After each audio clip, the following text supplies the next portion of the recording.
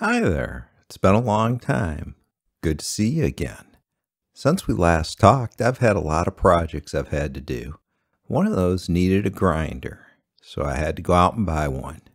I looked all around and I looked at the Baldors, and those things are ridiculously expensive, but they always get great reviews. Then I looked at the reviews on the others, and they all were about the same.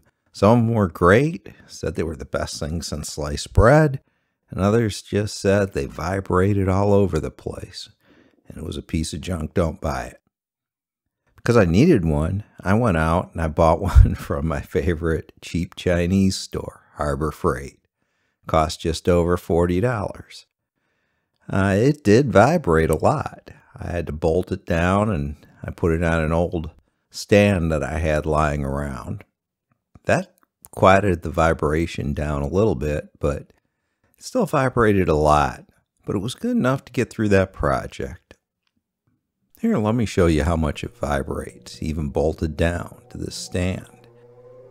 I'll put this little nut on the base plate. We can watch it vibrate all over the place.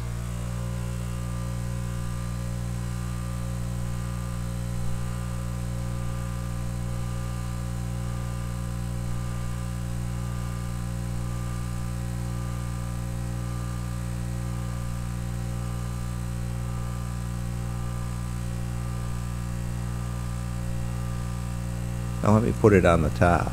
It will be a challenge because it is round, and just getting it to stay on top of the slick paint should be a challenge. But you can see how much it vibrates and how quickly it falls off.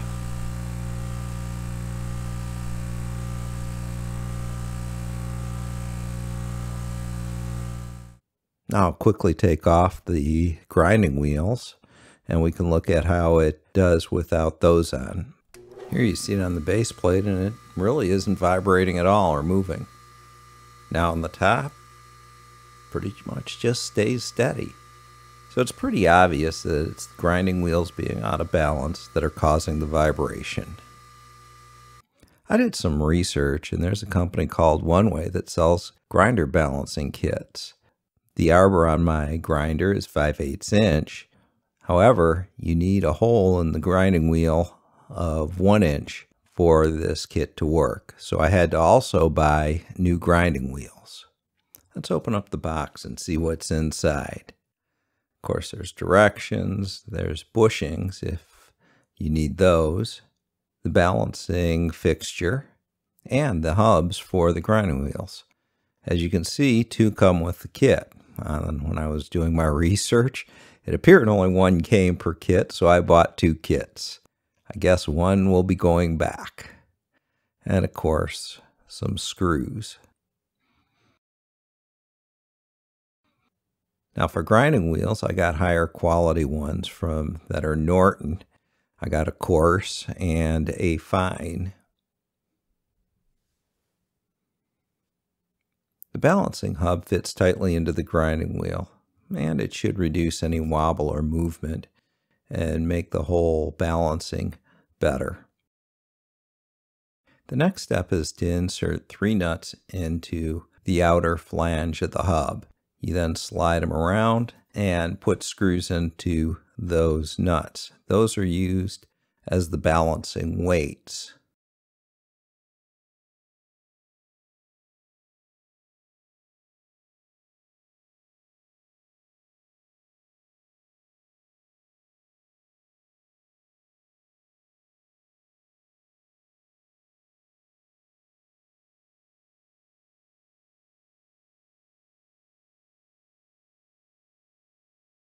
You then screw the flange onto the hub.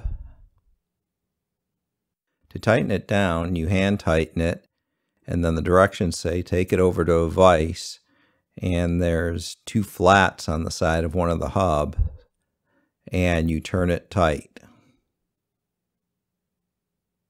You initially set the balancing screws equal distance apart on the hub, approximately 120 degrees apart.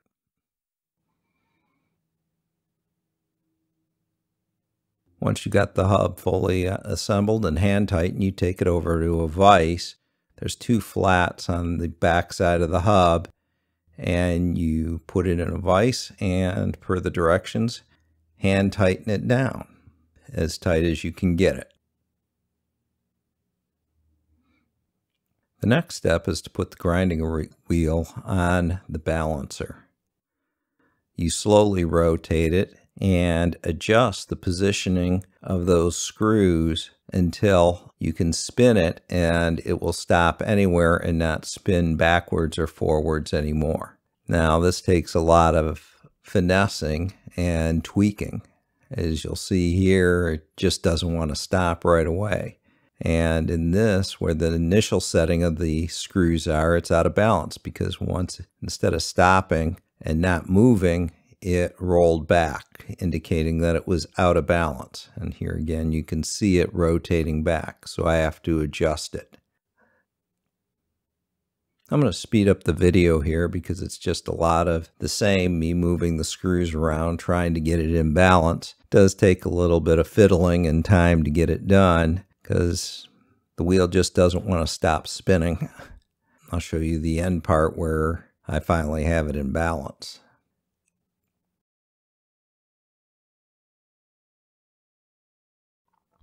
Here it is, the final in balance and what it should look like.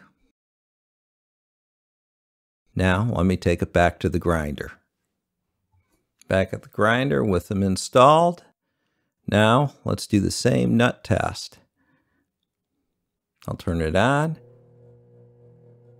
and set the nut down on the base. Really isn't moving at all. So the balancing did take a lot out.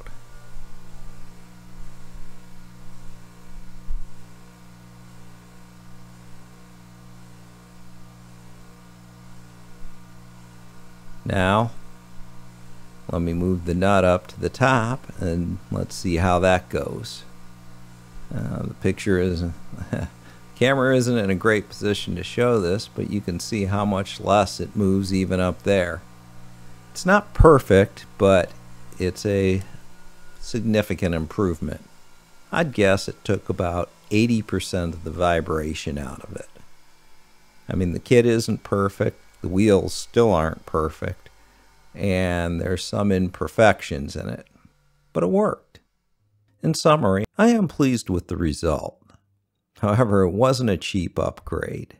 I have about just over $40 into the grinder, $77 into the balancing kit, and each of the grinding wheels cost about $30, so I have about maybe $160, $170 into this grinder. But it does work well and will serve me well for the long run. If you're not willing to put that kind of money into it, just the grinder works. You just have to bolt it down and tolerate some vibration. One area where this grinder still needs improvement is the tables, but most of the consumer level grinders do. But that's a project for another day. Thanks for watching.